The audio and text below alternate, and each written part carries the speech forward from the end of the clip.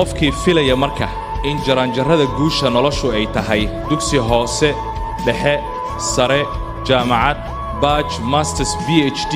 kadib in la guulaysan doono haddii fikirku sida uu ahaa markii hore waxaan aad iyo aad ugu boorinayaa dhalinyarada in fikirka wax laga bedelo guushuna kuma xirna shahaadooyin la qaato waxaad guulaysan kartaa adoona shahaado qaadan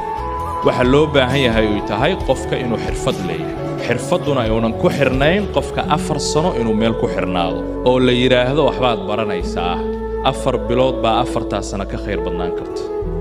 6 bilood buu ku baran karaa iskiilku marka waa muhiim qofkii filaya marka in jaranjarrada guusha noloshu ay tahay dugsi hoose dhexe sare jaamacad badge masters PhD kadib in la guulaysan doono haddii fikirku sida uu ahaa markii hore waxaan aad iyo aad ugu boorinayaa dhalinyarada qofkii filaya marka in jaranjarrada guusha noloshu ay tahay dugsi hoose dhexe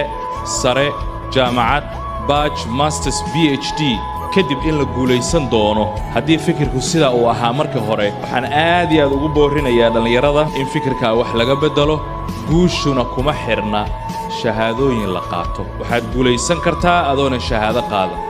waxa loo baahan yahay oo tahay qofka inuu xirfad leeyahay xirfaduna aynan ku xirnayn qofka 4 sano inuu meel ku xirnaado oo la yiraahdo waxbaad baranaysaa 4 bilood baa 4 sano ka khayr badnaan karta 6 bilood buu ku baran karaa iskiilku marka waa muhiim qofkii filaya marka in jaranjarrada guusha nolosha